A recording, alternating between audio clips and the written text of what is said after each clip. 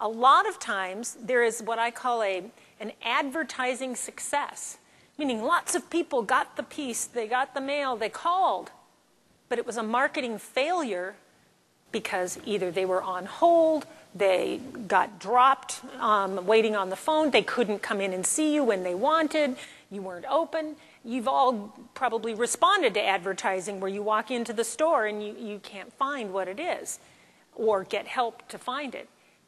That was an advertising success, but a marketing failure. So make sure when you do the direct mail, you know exactly how and when you're going to respond to those offers. Now, given that, I want to give you an example of what I mean by each of those areas, and it came from a real-life case study, if you will. When I had the ad agency, we were going to do direct mail for a client. It was actually a hospital, and their objective was they wanted to have more people having babies at their hospital. But they said, oh, but Terri, don't even think about direct mail. Why? Well, because Dr. McMillan, he tried direct mail and it didn't work. And I thought, oh boy, here we go. Well, I went, direct mail for an OB campaign for having babies makes perfect sense because you can buy a list of married women 18 to 35 or 42 or whatever with presence of children, no presence of children. We needed direct mail to work for this campaign. So I asked, can I talk to Dr. McMillan? Can I just find out what he did when he tried direct mail? Now, you know what the 4 success criteria are, right? Here's what Dr. McMillan did when he tried direct mail. His list.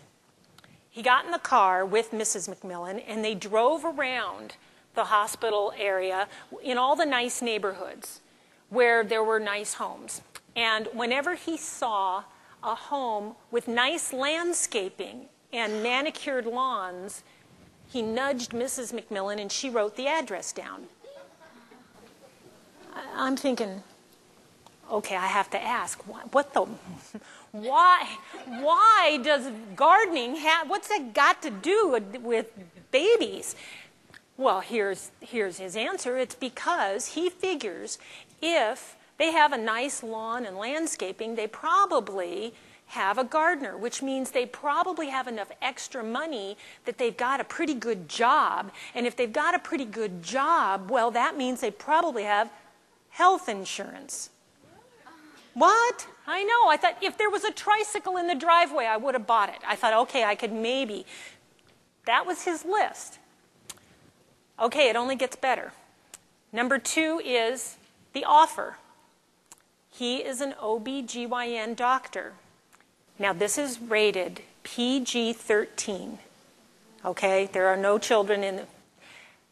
His offer was for a discount for women to have an annual test that rhymes with MAP. Oh, yeah, men ask the ladies, and for a pap test. This is like the ultimate horrible, no one wants one. He's putting it on sale.